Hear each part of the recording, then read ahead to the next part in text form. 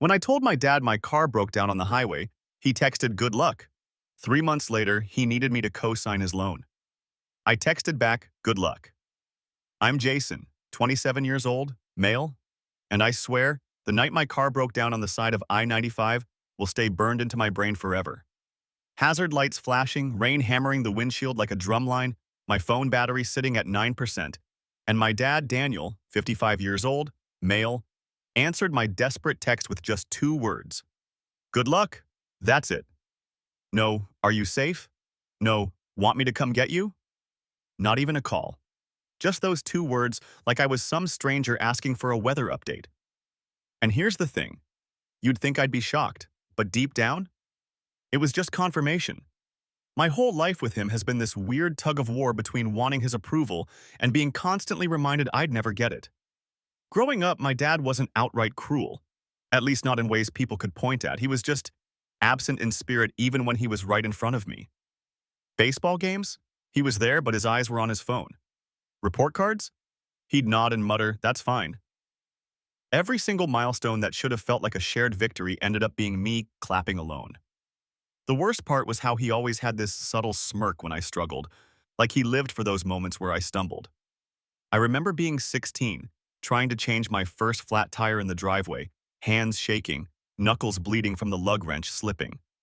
Instead of helping, he leaned on the garage door frame and said, "Guess you're not built for this kind of thing." He laughed when I couldn't get it done, then finished the job in 5 minutes, making sure to mutter, "You're lucky I'm around." So when I texted him about my car breaking down at 11 p.m. on that highway, when I told him I was scared, stranded, and unsure what to do, getting good luck back, it was like every memory of him ignoring me condensed into one digital middle finger. That night, I sat in my freezing car watching tractor trailers blur past, and I promised myself something. I was done trying, done twisting myself into knots to be the son he wanted, done begging for scraps of concern. But life has a way of circling back. 3 months later, his voice popped up on my phone again. Only this time, he was the one desperate. His credit was shot, his debts piled up, and he needed me, his disappointment of a son, to co-sign a loan. My hands actually shook when I typed it out. 2 words, same as his. Good luck. And hitting send felt better than anything I've ever done in my life. When I hit send on that good luck text, I thought it would just sting him. Maybe bruise his pride. What I didn't expect was the storm it unleashed. Daniel, my dad, called me within minutes and I let it go to voicemail. His voice cracked between anger and desperation. "Jason, this isn't funny. I need you. You're my son.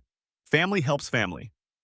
That line, family helps family, almost made me laugh out loud. Where was that philosophy when I was shivering on the side of the highway at midnight, begging him for help?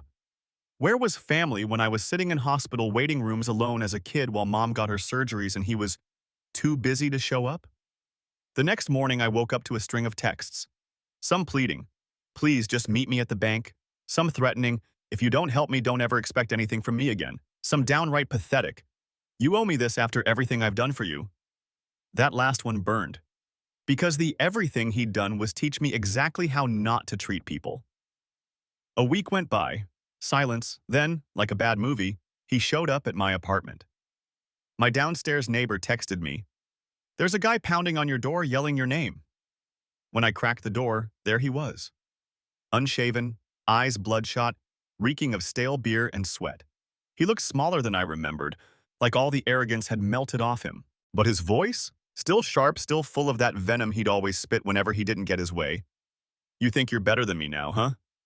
Because you've got your little job, your little apartment?" He sneered, his finger jabbing the air like a weapon. "I raised you. You wouldn't even exist if it wasn't for me. And you can't do one thing, to help your own father?" Neighbors were peeking through cracked doors. A woman across the hall was filming on her phone. I could feel my face burning, part shame, part rage. "I asked you for help once, Dad," I said, my voice shaking but louder than I thought I could manage. "One time. And you told me good luck. Now it's your turn." He lost it. He kicked my door so hard it rattled in the frame, spit flying as he screamed, "Ungrateful little bastard! You'll regret this. I'll make sure everyone knows what kind of son you are." And then, he stormed off. but not before slamming his fist into the hallway wall hard enough to leave a dent. That night, I barely slept. Every creak of the building made me wonder if he'd come back drunk, maybe angrier, maybe with some half-baked plan to teach me a lesson. I kept a baseball bat by my bed. I wasn't scared of him hurting me. I was scared of just how far he'd go when cornered. And I was right to be, because that was only the beginning. Don't forget to subscribe. After that hallway meltdown, I honestly hoped Daniel would cool off and crawl back into whatever barstool he came from. But if there's one thing about my dad, it's that he never lets go of a grudge. Not when he feels humiliated. And I had humiliated him in front of witnesses. That meant war. The first strike came at work. I'm a mechanic at a local shop, nothing glamorous, but I take pride in it. A week after the apartment incident, my boss, Mike, pulled me aside with this weird look on his face. Hey, Jason, your dad came by earlier. Said you've been stealing parts from the shop? I felt my stomach flip. Daniel had actually walked into my workplace, spewing lies like he was doing me some twisted favor. Mike knows me, he trusts me. But still, it's not a good look when your unhinged father is making a scene in the lobby. Apparently, Daniel didn't just talk to Mike. He went full Shakespeare in the parking lot, shouting about how his disloyal son was a thief, how I'd abandoned my own blood. Customers were literally watching. I wanted to sink into the floor when Mike told me. My coworkers were whispering the whole rest of the day. Strike 2 came 3 nights later. I walked outside to take the trash out and froze. My car, the same one that broke down on the highway 3 months back, had 3 flat tires. All slashed. Jagged knife cuts like scars across the rubber. And on my windshield, tucked under the wiper, was a scrap of paper. Good luck driving now. I knew his handwriting. I knew it was him. I sat in my driveway staring at the car for 20 minutes, hands shaking so hard I couldn't even light a cigarette. It wasn't just the money, though replacing 3 tires isn't cheap. It was the violation. He wanted me to feel helpless. He wanted me stranded again, just like the night I begged him for help. And the sickest part? It worked. I felt 16 again, fumbling with a flat in the driveway while he mocked me. My chest hurt, my hands trembled, and I kept replaying that smirk of his in my head. But here's where things shifted. I wasn't that kid anymore. I wasn't the son who needed his approval. I was the man who could fight back. So I started documenting. Photos of the slashed tires, screenshots of his threatening texts, statements from my neighbor who saw him banging on my door. If Daniel wanted a war, I was going to fight smarter, not louder. What I didn't expect was that he'd escalate even further, dragging my mom into it. Mom, Sandra, 53 years old, has always been the quiet one. She stayed with Daniel through everything, even though he steamrolled her just like he did me. She never really defended me, but she never attacked me either. She was just silent, until Daniel decided to weaponize her. I got a call from her 2 days after the tire incident. Her voice was shaky, almost rehearsed. Jason, honey, your father's just under a lot of stress. He really needs this loan. Can't you just help him out for me? And that's when I knew. Daniel wasn't just coming after me anymore. He was building a whole campaign. He was pulling everyone he could into his mess, and if I caved now, I'd never get free. Sandra's call rattled me more than the slashed tires. I'd expected Daniel to lash out, but hearing my own mom's voice, soft, pleading, like she'd been coached, cut deeper than any knife. She'd always been the buffer between us, the one who shrugged off his cruelty with, "That's just how your father is." Now she was part of his play. I held my ground. "Mom, I can't. He's dangerous right now. He needs help, but not mine." There was a long silence and then the click of the line going dead. That silence said more than words ever could. She had chosen her side. I should have braced for what came next. The big blow-up happened on a Saturday at my cousin Megan's baby shower. Family everywhere, pastel decorations, cupcakes on tiered trays. It was supposed to be peaceful. I hadn't even wanted to go, but Megan begged me. She said, "Please, Jason, just show up for me. Don't let Dad ruin this day too." The minute I walked in, I saw Daniel across the room, red-faced, gripping a beer like it was an anchor. Sandra hovered near him, wringing her hands. He spotted me instantly and his mouth curled into that smile, the one he always wore before a storm. I tried to keep my distance, chatting with Megan and her husband, making small talk. But Daniel wasn't going to let me slip by unnoticed. He clinked his beer bottle on the table and raised his voice so loud half the room turned. "Everyone," he boomed, "I want you to ask my son here why he refuses to help his own father. Why he wants me to end up homeless while he plays hero." The room went dead silent. My chest tightened, but I forced myself to stand tall. "This isn't the place, Dad." He slammed his bottle down, foam spraying. "Don't tell me where the place is. You left me to rot, Jason. After everything I sacrificed for you, this is how you repay me?" Sandra tried to shush him, but he shoved her hand away so hard she stumbled back. Megan gasped. People were whispering, pulling out their phones. My aunt grabbed her kid and ushered him outside. I felt the heat crawl up my neck. "You want to talk sacrifice?" My voice shook, but it was loud. "Where were you when I called you stranded on the highway? You told me good luck and rolled over. Where were you when Mom was in the hospital and I sat alone in the waiting room because you couldn't be bothered? Where were you at every game, every moment I needed you?" The silence after that was worse than the shouting. He just stood there, chest heaving, looking small in a room full of people who suddenly saw him for what he was. Then he did what Daniel always does when cornered. He exploded. He grabbed the cake from the table, the one Megan had spent hours on, and hurled it at the wall. Frosting splattered like blood across the pastel decorations. Babies started crying. Sandra burst into tears. And me? I just stood there, calm in the chaos. Because in that moment I realized something. He wasn't in control anymore. His theatrics, his rage, his manipulation, they weren't burying me. They were burying him. That was the turning point. That was when I knew revenge wasn't just possible, it was going to be sweet. Don't forget to subscribe. Update. Wow. I didn't expect this to blow up the way it did. I honestly thought I was just screaming into the void when I first posted about Daniel, my dad, and the whole good luck thing. But reading your comments, damn. Some of y'all made me laugh harder than I have in months. Shout out to the guy who said I should have thrown the baby shower cake back at him like it was Mario Kart. I almost wish I had. Others hit me deep with the whole, "you don't owe him anything" reminder. I needed that. So yeah, the baby shower was the public meltdown I didn't know I needed. People finally saw him for what he is. Megan texted me later saying half the family is still gossiping about how he threw a cake like a toddler. Even my uncle, who usually defends him no matter what, admitted that was embarrassing. Daniel basically torched his own reputation in one afternoon. But here's the part that's got me buzzing. I've stopped playing defense. I'm done being the guy with his head down, just bracing for impact. After the baby shower, something in me flipped. I started thinking about revenge, not the petty slash your tires kind of revenge he dishes out, but something cleaner. Symbolic. The kind of thing that would haunt him the way his neglect haunted me. A lot of you said the sweetest revenge is exposure, letting someone hang themselves with their own rope. And honestly, that's where this is headed. I've got photos of the slashed tires, screenshots of his texts, videos from the apartment hallway. And now, half the baby shower guests have footage of him going nuclear on camera. It's not just about payback, though. It's about reclaiming the power he's been sucking out of me since I was a kid. For once, I'm not the one hiding in shame. He is.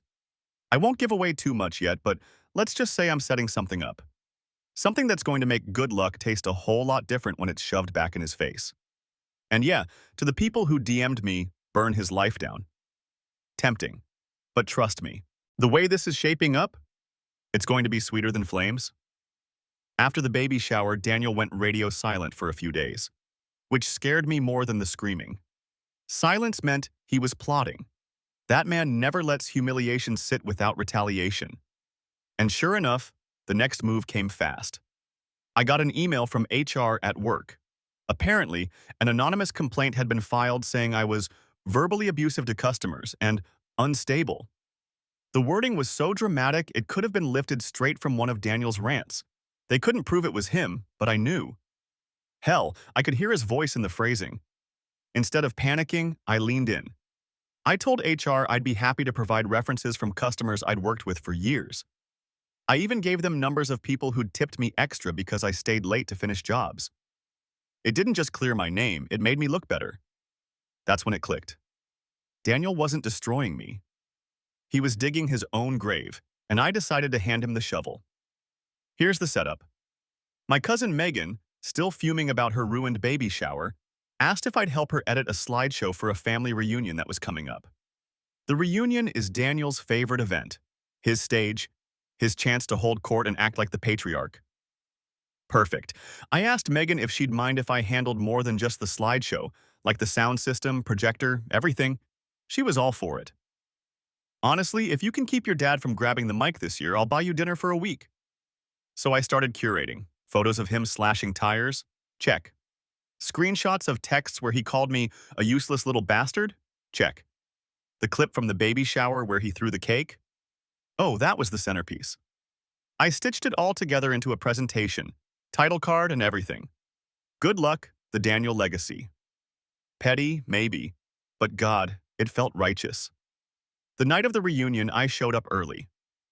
My hands shook as I hooked up the laptop to the projector. For a second, I almost chickened out. But then Daniel walked in, grinning, beer already in hand, acting like the king of the family. And I remembered standing on that highway 3 months ago, freezing, scared, staring at his good luck text. When it came time for the slideshow, he actually stood up like he was about to narrate it himself. That smug grin plastered on his face. And then, boom. First slide. A screenshot of his text. Good luck. Confused chuckles rippled through the room. He frowned, sat back down. Then came the photos of my car tires captioned, Good luck driving. Then the video clip of him screaming in the hallway, neighbors peeking out. And finally, the baby shower meltdown, frosting flying, Sandra crying in the background. The room was dead quiet, except for one uncle muttering, Jesus Christ. Daniel jumped up, red-faced, lunging for the laptop. But Megan's husband stepped in, blocking him. Sit down, Dan. We've all seen enough. It was the first time I'd ever seen my dad physically stopped.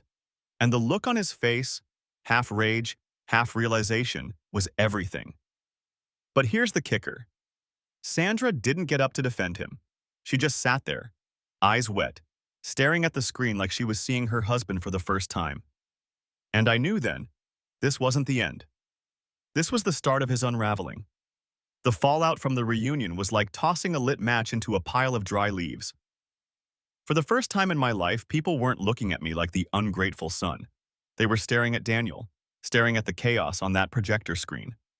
Megan told me later that half the aunts cornered Sandra afterward, whispering things like, "We didn't know it was that bad," and, "Has he always been like this?" Sandra barely spoke. She just kept wringing her hands and saying, "I didn't realize," but I could tell by the way her eyes darted around the room that she had realized.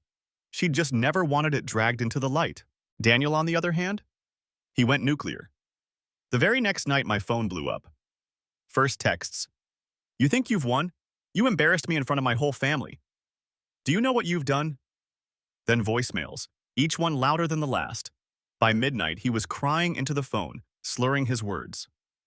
By 2 a.m., he was back to screaming about how I'd ruined his life. Then came the banging on my apartment door again. I didn't answer.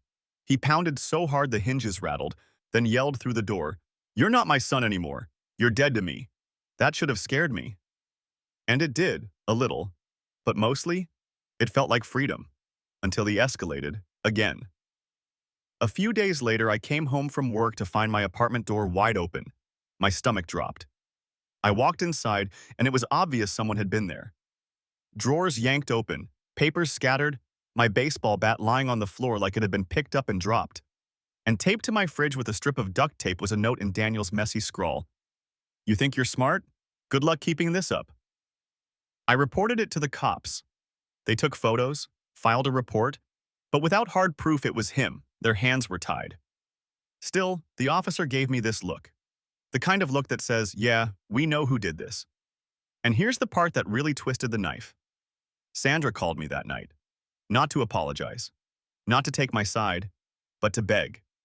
"Jason, he's not himself right now. He's under so much stress. If you could just talk to him, maybe—" I cut her off. "Mom, he broke into my apartment. He's dangerous. Don't ask me to fix him." She went quiet, then whispered, "If you don't help him, Jason, I don't know what he'll do." That's when I realized Sandra wasn't just scared of losing him. She was scared of him. The next morning, I found out just how far Daniel was willing to take this. My boss called me into the office, dead serious. Jason, someone's been calling the shop saying you've got a criminal record, that you've been violent. We know it's BS, but if he keeps this up, he trailed off, meaning clear. Daniel wasn't just trying to humiliate me anymore. He was trying to erase me. And that's when I decided it was time to finish this. Update 2. So, remember when I said I thought the reunion was the turning point? Yeah. Turns out Daniel doesn't go down quietly. He goes down swinging and dragging everything in his path with him. A lot of you warned me he'd escalate, and holy hell, you were right. Since the reunion, it's been a circus. He's been calling my job, spreading lies about me having a criminal record, saying I steal from customers. My boss knows me, but even he admitted, if this keeps up, Jason, I can't protect you forever. Imagine losing your livelihood because your own dad is on a smear campaign. And then there was the break-in. Came home, door wide open, drawers torn through, my baseball bat tossed on the floor like a warning. On my fridge? A duct-taped note in his handwriting. Good luck keeping this up. I reported it, cops shrugged. No cameras, no witnesses, no proof, just my word against his. I've been sleeping with the bat next to my bed, half expecting him to show up drunk and out of his mind. Some nights I swear I hear him in the hallway. It's like living with a ghost that hates you. And Sandra, my mom. I know a lot of you told me not to waste energy on her, but it still gutted me when she called after the break-in. Not to check if I was okay. Not to finally take my side. But to beg me to make peace with your father before he does something he can't take back. That broke me in a way I can't explain. Because it's not just that she won't stand up for me, she's terrified of him. And still, she'd rather throw me to the wolves than face him herself. Anyway, I'm saying all this because I've hit that point of clarity you guys kept pushing me toward. I can't win by hiding. He's already torched his own reputation, but now he's threatening the one thing I won't let him touch, my future, my job, my sanity. So I've been planning, and let's just say the final nail is coming. I won't spoil it, but it's not just petty revenge anymore. It's something he can't scream his way out of, something permanent, something that'll make sure the next time he opens his mouth to say good luck, the only person choking on those words will be him. And honestly, after everything, after the highway, the baby shower, the break-in, I think I finally deserve to watch him choke. By the time I wrote that last update, I knew I couldn't live in defense mode anymore. Daniel had already invaded my home, smeared me at work, tried to poison every corner of my life. Waiting for his next move wasn't an option. It was suicide by 1,000 cuts. So I went on offense. The thing about Daniel? His entire sense of worth is built on the mask he wears in public. He needs people to believe he's the hard-working, long-suffering family man. That's why the baby shower meltdown hit him so hard. It wasn't just a tantrum, it was exposure. And the reunion? That was a crack in the foundation. But I wanted collapse. I started with the paper trail. Those screenshots, the vandalism photos, the note taped to my fridge, I compiled everything into a neat little file. But that wasn't enough. I needed something he couldn't deny, something live. So I baited him. I sent Daniel a text. We need to talk, come by the shop after hours, just you and me. I knew his ego wouldn't let him ignore it. He wanted that showdown, wanted me cornered. And just in case, I set up my phone in the office, camera rolling. Sure enough, he showed up, reeking of whiskey, eyes wild. He didn't even sit down. He just started pacing, spitting out venom. You think you're clever, boy? You think making me look bad makes you look good? I made you. You'd be nothing without me. You ruined my name, ruined your mother. Do you know how much she cries because of you? I let him rant. I barely spoke. Just the occasional, really, Dad? To keep him going. And he delivered, confessed to slashing my tires, bragged about calling my job, even admitted breaking into my apartment. Had to scare you straight, he said, like he was proud of it. When he finally stopped panting like he'd run a marathon, I looked him dead in the eye and said, "Good luck explaining that." Then I reached over, grabbed my phone off the shelf and showed him the blinking red light. Recording. The color drained from his face. For the first time in my life, I saw actual fear in his eyes. He lunged for the phone, but I was ready. I slipped it into my pocket and stepped back. "You're done, Dad," I said quietly. "You don't get to touch me anymore. Not my job, not my home, not my life." He screamed, high-pitched, almost childlike, and swept everything off the desk with one arm, papers and tools clattering across the floor. But it didn't matter. The damage was already done. The next morning, I made sure that video didn't just sit in my phone. Copies went to HR, to the landlord, and, just for good measure, to Megan, who shared it with half the family. By lunch, Daniel's mask had shattered, but I wasn't finished, not yet. The video spread like wildfire through the family. Megan swore she didn't mean for it to leak beyond a few cousins, but by the end of the week, everyone from my great-aunt in Ohio to the guys Daniel drinks with at the bar had seen it. There he was, on screen, bragging about slashing my tires, admitting to breaking into my apartment, calling me every name under the sun while I sat calm and steady. The man who built his whole identity on being the tough provider was now exposed as a drunk, violent bully. Sandra called once after it leaked. Her voice was hoarse, like she'd been crying for days. "Jason, you didn't have to do this. He's ruined. He can't show his face anywhere." I bit back the urge to scream. "He ruined himself, Mom. All I did was press record." After that, I blocked her number. I'd spent too many years letting her silence excuse his cruelty. The fallout hit fast. HR at his job got an anonymous copy of the video. Not me, but I didn't complain.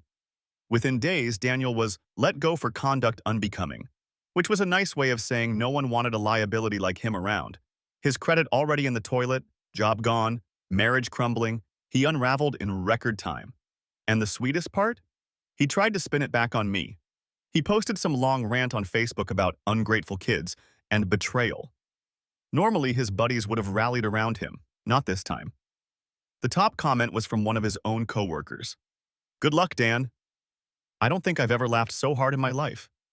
The last I heard, Daniel's been couch surfing between friends, though fewer and fewer want him around now that his mess is public. Sandra's staying with her sister, finally admitting, at least to others, that she's taking some space, which is as close as she'll ever come to leaving him. And me? I finally feel free. I don't flinch when the phone rings anymore. I don't sleep with a bat by the bed. I don't care if Daniel wakes up every morning haunted by those two words, the ones he threw at me when I needed him most. Good luck. Because the difference is, when I say it back, it's not just words. It's the whole story. The highway, the tires, the baby shower, the break-in, the video. It's every scar he left me with turned into proof. So yeah, good luck, Dad. You're going to need it a hell of a lot more than I ever did.